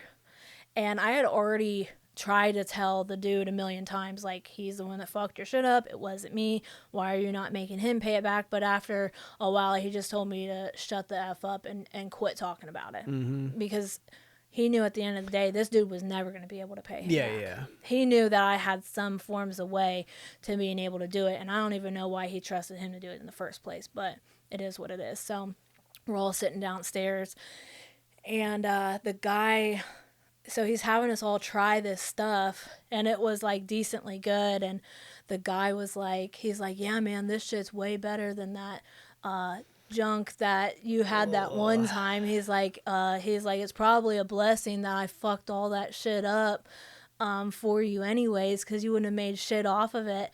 And man, that dope boy turned around and looked at him and looked at me, and that's when he realized like I was wrong the whole entire time. And he had a conversation with me, and he apologized to me and told me that I didn't ever have to pay him back anything after that. And that he was wrong, and he was just in his feelings and whatever. But you know, at this point in time, I already had like this huge resentment towards him. Like, I hate you, just get the fuck out of my house. Like, I hated seeing his face. And then, you know, just by chance, one time, I guess I don't really know where I was at the time, but I guess he like was trying to go somewhere, and he got pulled over, and then he ended up going to jail, and he was in there for a long time. So I finally had my house Okay, you got the house back. Oh yeah, everything's back to normal. He's not over there anymore. I'm making moves. Everything's great. I'm still doing these dates. I go out on this one date, and the person that I was riding with took me over to somebody's house that he was getting something for. And while I was nodded out, the guy had like got in my pants and like was trying to find my shit and my money. And like during that, he was like assaulting me, apparently. At the same time. At the same time. So I woke up, I realized what was going on. And I go back to my house, and the guy that I had there that I was dating, that was like protecting me, and like, but I also was providing for, you know, I told him what had happened, and he went over there and he bashed this guy's head in with a bat. And probably about 3 or 4 hours after that happened, SWAT came to the house for the first time. Came to the old man's house. Came to the old man's house and said all the residents that such and such address, like come out with your hands up. And I'm like, oh my God, like this is not, well, and we were busy moving over at that house. Yeah, you had Nothing some has ever action going on happened, there. and so that happened. And I remember running out the back door, and the guy that I was dating, he goes downstairs in the basement. He knew it was over with for him, so that's why he went down in the basement and just started smoking crack and was like, And just fuck it. waiting for the inevitable. But I tried to make my exit because I'm not done yet. Catch me if you can. And you have warrants and all that shit out for your arrest, right? Okay. Yeah, so I should have ran to the right, but I had ran to the left, and they end up catching me. And as I'm running through these woods, I'm like dropping all this dope and all this shit that I have on me because I don't want them to catch me with all this stuff on me and everything. And they catch up to me. And once I see them pull in and I know that I just can't run anymore, pretty much, I just get on my knees and I just put my hands behind my back and they take me to jail. And the first time they had sentenced me to Maryhaven. Okay, that was it? What were your warrants for? Like anything big, just misdemeanor shit? Oh, yeah, just like thefts. Okay. Like stuff that I probably could have taken care of and just like never did. Like there was some possession charges and instrument charges, like just a little bit of everything. So nothing big. Yeah, nothing big. I think they just wanted to see me get better, so they, and I was a good manipulator, so I was just like, I just really need to go to treatment. I really need to, turn my life around, everything like that. So I go to Maryhaven. I remember they had like the little leather like belt on me with the handcuff things and stuff, and I go there. They let me out and I go right in. I walk right up to admissions. I look around real quick and then I banged out. Damn. And then I go back to my house, right? And the fucking dope dealer is at my house again. And he tells me I can't come in. This is the one that just got arrested. Yeah. Okay. He had got out, apparently, and then he wouldn't let me be back in your living own there. house. Well, it was the older guy's house, but I'm like, what's this poor old bastard? Like, just as long as he's getting friend. high, he didn't care. He didn't care what's going on. He didn't care what's going on. I'm like, dude, like, are you seriously about to let him live here instead of me? And he was like, well, what do you want me to do? And I'm just like, now 3 or 4 years ago, he would have made sure that, but his disease had progressed so much by then. As long as he was getting high, it didn't matter to him either, So, so then I'm like kind of staying here and there at different places. And then I get a phone call and they tell me that the same dope dealer goes back to jail again. And this time he's going to be gone for a long time. I'm like, fucking sweet, right? And, well, maybe I don't feel that way all the way anymore. But at the time, I definitely was like, see you fucking later, And so I go back and I'm staying in the house and... Let's see. Same stuff is going on, just making moves, trying to get by. And the guy that had hit the guy in the head with the bat, so he's in prison. He ended up getting 7 years. After he hit that guy in the head with a bat that did that to me. So he's still in prison. And so I'm out on my own, like no protection and everything like that. So some assaults and close encounters had happened just periodically, like wrong place, wrong time kind of stuff. Let's see. And then another person I used to go through came over and was like, hey, I need you to go pick up this car for me. And I'm like, well, whose is it? And he's like, well, it doesn't matter whose it is. I just need you to go get this car and bring it over to me at such and such place. And I'm like, okay, bet. Well, what are you going to give me for it? And he gave me something to do it, and so that was enough for me, and I'm driving this car, and next thing I know, there's like a cruiser on my right side, a cruiser on my left side, this cruiser behind me, and then this cruiser cuts me off in front of me, and I'm like, what kind of effing car operation did I just get in? What is going on, And so they end up stopping me, and the guns are drawn, and I'm not like what is that? Like, like one of those offenders where like they would have to like have their guns drawn or anything like that, But apparently like the vehicle was like a stolen vehicle and the person that had called it in So there was a weapon in the car and stuff like that, so that they had to proceed with caution, apparently, I guess. So I go to jail, and I think that at first they were trying to charge me with like Grand Theft Auto, but then the person dropped the charges after they realized that who they thought stole the car wasn't the same person. They realized who I was and like what my part was in it, and so then they were just kind of like, we just want the car back, pretty much. Wow.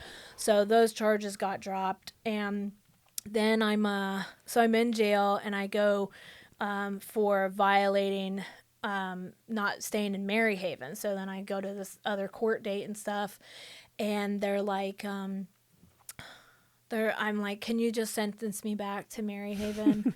And they're like, hell I think no. that's adorable.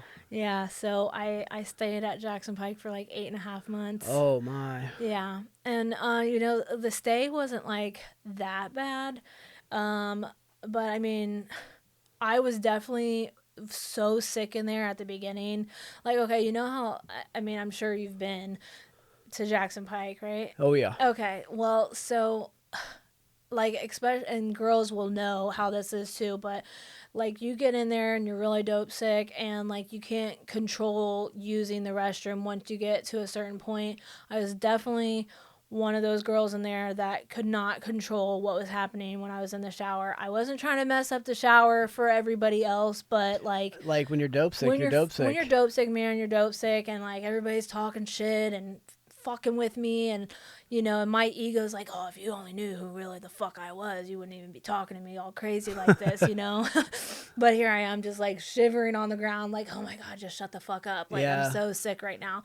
And I remember one time getting up and being oh, like, none of you guys have ever been through this before. Like, you're all are acting like you don't know what's going on. Like, you just been in here like 4 or 5 months, and now all of a sudden, like, you're not a heroin addict anymore or something. Like, get real. And so after that, everybody kind of shut up, because it kind of like drew them back and been like, okay, like, Yeah, we get it. yeah, so. So no fights over that or anything? Because that's a big deal in jail, right? It's like No. doing that in the shower. Like, normally there was always like some older person that like was like my little guardian person. They'd be like, leave that baby alone, and or like telling me, like, like, basically like watching over me and telling other people, like, quit messing with that girl, you know what I mean? And you was just in here 5 months ago doing this and that, and like, don't be acting all brand new now, and so like, I was like really lucky that like there was always just that person, because like, I wasn't like, I mean, I'd like to think I wasn't like annoying and withdrawal. Like, I was able to still like hold conversation, and I kept it really real with people, and just I've always tried to be like genuine and stuff, and I think people just really respected that, so I never really had any issues like that in there.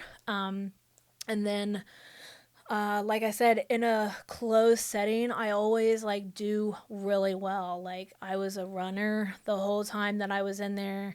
I got moved to the honors dorm. I like participated in all these different classes, and like, I was really good, and got certificates. I got introduced to like meetings and stuff when I was in jail and everything like that, and that kind of interests me a little bit. And so I did my 8.5 months. I'm trying to think of some like good. I think the only time like there was like one time I did get into a fight was, so like, we all get commissary and stuff, and we all like cook together. Me and these 3 other girls, and like, where my bunk was in the corner. So I was in the honors dorm, but then my level had dropped, so I wasn't allowed to be in the honors dorm anymore, and I had to go back to a regular like block. Yeah. Which was shitty. The fucking jungle. Yes. And so, but I had like a really like good little corner bed, and so me and my 3 friends like all put our stuff underneath like my bed and stuff like that.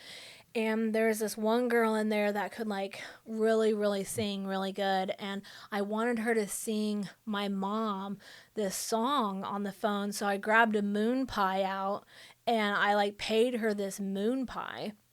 And this girl was like, oh, I know you didn't just like pay that girl a moon pie out of our stuff. And I was like, well, hold on, let's rewind really quick. It's out of my bag, it's my stuff, but we cooked together, but what's mine is mine, Yeah. you know. And so she like tried to like start fighting me, and I just pretty much like we kind of like tussled a little bit, and then I like held her down by her neck, and she just kept trying to scream and fight with me, and I kept telling her, I'm not gonna say her name, but it's like a funny name. I don't know. I'm not gonna say her name, but anyways, I'm like holding her down. I'm like, girl, like you're not going anywhere with me holding you like this. Like quit trying. And she's just scratching and I'm just leaning my head back like this, and she's kind of grabbed me with some scratches and stuff, and but they didn't move us. Nobody like pounded on the door to get out or anything like that. Like after we fought, it was over with, and she moved to the other side of the room, and that was like pretty much it. I mean, there was a depth that was in there that gave me like, I mean, I've seen Bibles and I've held Bibles in my hand and stuff, but this Dep like gave me this Bible, and she would come to the door every day and like tell me to read like something out of Romans or tell me to read something out of somewhere, and then she'd always come back the next day and she'd ask me like what it meant to me, and she just kind of started showing like this interest in me, and that's kind of like when like a light started going off, and I knew that I wasn't alone. It was very difficult. I will say it was very difficult when I was in jail, because all I cared about was what was going on over at that old man's house. Who's making the money that I used to make, or who's selling the drugs and getting to do the drugs that I used to do. Like I was so like wrapped up in that for like probably at least half the time that I was in there. Until I had to like literally like just accept the fact that like I'm not going anywhere, and by the time I get out, it's gonna look very, very different of what's gonna go on over there. So I started doing some praying. Couple months later, I get a hold of someone, and they tell me that they boarded the house up and everybody's out of there. Man. It's over with. Okay. And so like that's when like a whole chapter just closed, and then I started thinking like, well, what am I going to do when I get out, because I'm still having like thoughts of like going back out there and doing my thing. But then I started realizing that, while like 8.5 months is really quick to like somebody, like it's a significant amount of time for a lot of things to change out there. It's a lifetime, yeah, Yeah. out And there. so like I don't even remember any, and by this time I had like prayed so much, I think, that I wasn't even remembering phone numbers anymore. I mean, now I could have always remembered where to like obviously go. I'm from Columbus, so I mean I could very well like pull up probably anywhere, but like the scene has changed so much, and as soon as you're like not a part of that anymore, it's just so hard to get back in. Anytime I've ever tried to go to treatment, or anytime I'd ever go to jail for like 2 weeks or 45 days here and there, and then especially when it was like the posting online and stuff like that, and the soliciting online, like once you're out of like the algorithm on those sites, it takes a really long time to go back in. You lose your cell phone, you aren't messaging people, they end up finding somebody else. You're easily replaceable. Yeah. You have like this idea that like you're like this missing link, or like this person that everybody's gonna miss, and like they can't go on without you. But guess what? Life goes on They do. without you, yeah. They do. Like if you're not bringing anything to anybody's life or anybody's addiction or anything like that, and you're gone, they'll find it from somebody else. Yeah, you're only relevant to like what you're bringing currently to the table. And so that's finally that like awakening that everybody talks about. I had that in jail, and I realized like that I wasn't the center of the universe anymore, and that people could like move on without me and stuff. And so I get out of jail, but like that obsession of, so it's like, how like we know like as soon as we put one in us, like all bets are off. It's right? over with, yeah. But even when you have like long stints of stays in jails or in institutions or anything like that, that obsession of wanting to use doesn't go away. It takes a lot more than that for that to be lifted, And so although I had intentions and I had acceptance that I wasn't going to be going back out to the same life I had before. The very first day that I got out, I used. And it was terrible. It was miserable. Well, number one, I was on Vivitrol. So, Ooh, girl. and I had smoked crack, and then I realized that I couldn't come down on heroin. So I was just on like this never ending crack high. And it was like, I knew at that moment that, that I needed some more help, and that's when I like went to Lighthouse. Okay. So Yeah. you went on your own according, like, Yeah. like this isn't Yeah. working out for me. Yeah. Yeah. So I go to Lighthouse, and you know, I'm going all my groups and my one-on-ones, and everything's going good, and I start dating another guy in there, and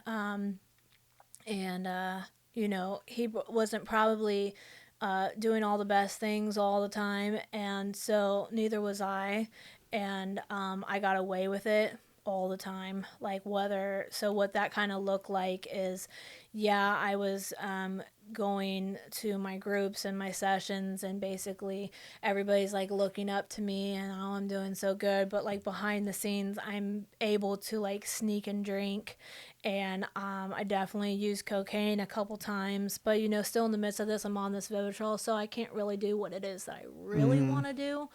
But then I didn't go get a Vivitrol, so I had went in August of 2022, I believe it was, at Lighthouse. And by November, once I wasn't on the shot anymore, it was his birthday, and I sniffed half of a 30, but it wasn't a perk 30 anymore. Apparently, they lace it with fentanyl. Oh, it was like the press 30s. Yeah, and so I overdosed and like died driving my friend's car, and then they came a couple days later and wanted me to take a drug test, and I was like not wanting to do it. Did your treatment center know that this had happened? Yeah, because I'm pretty sure Like the either birds were... I mean, I don't know if they heard it from my housemates or not. I'm not really sure, because I know I didn't tell them myself. But the Lighthouse people sure came over there and appeared to know what was going on, you know. So somebody told something, you know. And so then I end up talking to the housing supervisor, and I was like, okay, like, I relapsed, and she's like, well, you're gonna have to go to a 30-day detox, and I'm like, no. No, I'm not. And I did try and go for like 4 days out on West Broad Street somewhere, but it was such a miserable stay, and I was like, this can't be it, like, and then once again you're back in that situation, like, man, I just messed everything up that I had going on, and what am I gonna do? So I get into another program, and then how I was telling you earlier about when I was working at Massey's when I was like 17 years old. So I get this job back at Massey's, and here I am, like 34, 35 years old now, and I'm back at the same job where you started from. Where I said I was going to build my career at, you know.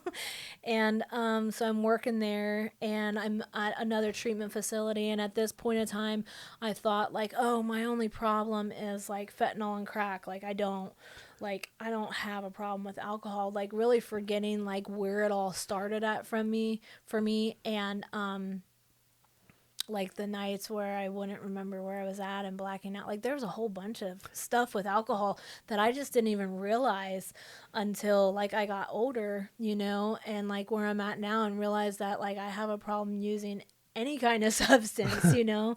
So I'm like drinking, going to the bars. I think the most significant thing that had happened is I went to this bar, and they have like these trays that you can get with all these drinks on them and everything. And then I'm going out to my friends. I have like 11 or 12 drinks on this tray, and I'm carrying it out like over to this pool table, and everyone's like, oh, you didn't have to buy us a drink. And I was like, these are not for you. I didn't. These are for me, you know. And then like, and I always think about that, because like, that is crazy. Like I knew exactly like what I had to drink to get exactly where I wanted to be at and stuff. And then the guy, it wasn't working out at the one treatment place that I was working at after Lighthouse. So I moved in with my sister, and the guy that I was dating in Lighthouse had got kicked out of Lighthouse too. And he started staying with me at my sister's, and probably about 4 days in, he overdosed and he passed away. Girl. Man. Did you find him? Yeah. Jesus. So just another dead boyfriend friend that Yep. you stumble upon. Yep. And so, then once again, I'm like feeling like, oh my God, it's my fault, because initially, like when he had first came over, it was like, oh, let's celebrate with a bottle, until the bottle's not enough. And it's like, oh, let's celebrate doing some coke. I'm like, well, I can't get any coke. I can get some crack. Like, that's just what it is, And he's like, okay, bet, we get this crack. And then we're like, oh, we need to come down. And he gets some stuff. And then I'm like, we do, like, literally, probably, like, not even a pinky's worth of stuff, like this, the smallest, the amount that you think is not going to do anything. And then it obviously does. Yeah. And then I remember waking, and this is in my sister's basement, with my niece and everything upstairs. And my sister comes down. It's probably like 11 hours later, and she's just like basically, checking on me, welfare checking you guys. And I'm like, no, I'm fine, and I'm like waking up. I can't feel one of my legs because I'd been like I was like overdosed on top of my leg, right? I couldn't find my glasses. Without my glasses on, I can't see anything at all, right? So I'm looking for him, and I'm starting to feel around on the bed. I can't find him on the bed. I start feeling around on the ground, and he's literally like side laying on this table with his hand on his head, smiling, and he's gone, passed away. And I pull him off the table and I try and resuscitate him, and he was just gone. Like, he had a grill in his mouth. I had to take the grill out. And do you know immediately, like, as soon as you immediately. touch him? Well, I have already been through this. You've like done this two before, other times, yeah. So I knew exactly what was going on. So then I start screaming for her. She calls 911, and they come, and they had tried to resuscitate him, and they told me that it's been hours and hours, and it was from a drug overdose. And so, like, once again, I'm going through that. I go to a hospital because so while in the midst of them, like, trying to bring him back, I keep falling out. And they're like, oh, she's overdosing too. Like, still hours and hours later. And so then they Narcan me a couple times. It wasn't working. So then they told me that I need to lay down, and I think they Narcan me in my leg. That's a thing, right? Yeah, like where they just plunge you. So, like, because the nasal stuff wasn't working, and then the leg thing, and at this time, I wasn't like in like withdrawal or anything because I wasn't using like it every day and stuff like that. But I had to go to the hospital, and I couldn't walk on this one leg for probably about 10 days. So it's still like, yeah, wow. Yeah. So and so after that, after all these incidences, I'm like, okay, I need to do something different, right? And I go into this other treatment program, always thinking that like treatment is the answer, but I find out later that it's really not. Yeah. It's part of it. It's part of a solution, and I commend anybody to like going to a detox or going to get help and stuff. But it's so much more than that, and so I try and go into like this sober living treatment place where it wasn't so much treatment as it was sober living. It's just paid for stay, essentially. Yeah. So I got an OVI from like the situation that happened with overdosing at the wheel. That was in November. The guy passes away in February. I think it's becoming 2023 at this point. And yeah, so he passed away in February. So this is 2023. Going into this other program, I had still smoked crack and done some coke here and there. Like, if I'm drunk at a bar, like, there is no telling what I'm going to end up doing when I'm drunk. So that happened a few times. And then I got a DUI in May of 2023. And this was just from going out to the bar, and then just like I drove up to Massey's and was inside Massey's like trying to cook everybody food, but I forgot to press the alarm code. And so the alarm's just like silently going off, and the cops come and are like, what's going on? And I call my boss and I'm like, hey, can you tell these cops that we're like allowed to be in here? Cause like I'm the boss here too. And so he says like, yeah, they're in there, and but it's okay. And I didn't know that they were still parked across the street. And so then when we were leaving from there, then they're like, well, you clearly just told us you were really drunk, like, and said that you guys were just making food here because you guys had all been drinking. So when we seen you pull away, like, oh, we're definitely gonna pull you over, you know. And so yeah, so then I went to another treatment program. Well, so I had lost my license for 2 years. I had to be put on probation for 2 years, and they said I had to do some type of program and complete it, because at this point I've never completed any treatment stay ever. Like, and I've been to at least 12. And so I go to this last treatment place. I went to base camp, and I mean, that's kind of like where things started getting better. So there was like a guy that had 40 years, and I asked him how he did it, and he said that he goes to meetings and he helps other people, and so that's kind of just like where things started taking off for me. And then, what about all this trauma? Like, are you working through that at the time too? Well, the program that I work allowed me to work through a lot of those traumatic things. I mean, like I said before, like I've been to so many treatment places and had so many one-on-ones. So in the midst of that, it's not like I wasn't actually doing work on myself or like recovering, because I was like a lot of guilt, a lot of shame, a lot of trauma. You know, still to this day, I have a really hard time with vulnerability and like relationships, mostly like sexually. Like I have a lot of trauma behind that, you know, like getting comfortable with somebody and stuff like that. Like it takes a really long time for me. Some of the things that I think that still affect, well, so some of the things that I've gotten back, so like my children, my oldest son I still haven't got to see, but the son that I had talked about, where I had to take the methadone, and then I also had a daughter, and both my son and my daughter are both raised by the same person, adopted by the same person, and I get to talk to them all the time and be a part of their life. So it's like the trauma that I had, or like the guilt that I had from not having them in my life, ended up being relieved once I started doing what I was supposed to be doing. You Isn't that know? crazy how that works? Yeah, Yeah. like things started coming back. I stayed at Massey's for a little bit, but you know, I wasn't getting what I needed from there, and everybody kind of has to like start flying the nest. And now I work at a job that I love, and that supports me. All the pain and stuff that I'd put my mom through, like I said before, like my mom's like my biggest cheerleader. You know, my dad, that, oh, I'm gonna start crying, sorry, but my dad, that was an alcoholic, you know, he reached out to me and asked me for help 5 months ago, and I was able to help him get sober.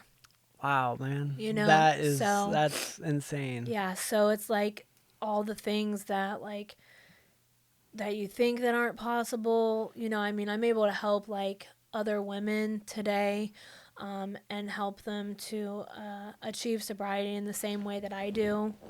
Um, you know, like I'm trusted by people today, with money. Like I do treasury for some things. And so it's just like the things that I never thought were possible are possible, you know. I don't know.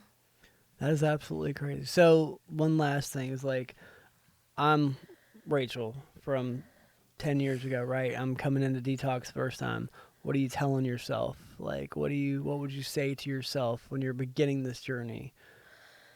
It's never it's never too late, and don't think that it's not possible, because it is. And also that sometimes like the great things seem like they're so far away and they're so hard to reach, but then just with just a little bit of effort along the way, like you, like that light at the end of the tunnel, like you can get there. It just is like one step at a time.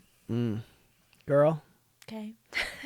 thank you so much for coming out and talking to us. That was absolutely insane. I'm proud of you. Thank you. Nobody's told you that today. That's a lot of shit to take in and deal with on a daily basis, and yeah, honored to have you here. Thank you. I appreciate you for Thank having you. me.